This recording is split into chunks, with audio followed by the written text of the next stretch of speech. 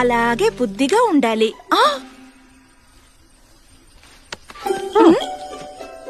ఇదిగో ఇది నువ్వే.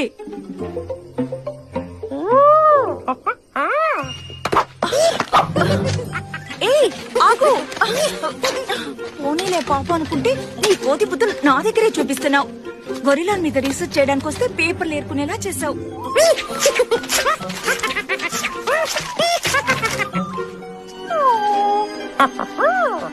మర్యాదగా నా చేతికిచ్చే. నా కోపం వచ్చేలా చేయకు. 3 లెక్క పెట్టేలోగా ఆ పేపర్ నాకు ఇచ్చేయాలి. 1 2 అక్కడ చూడు అరటిపళ్ళు.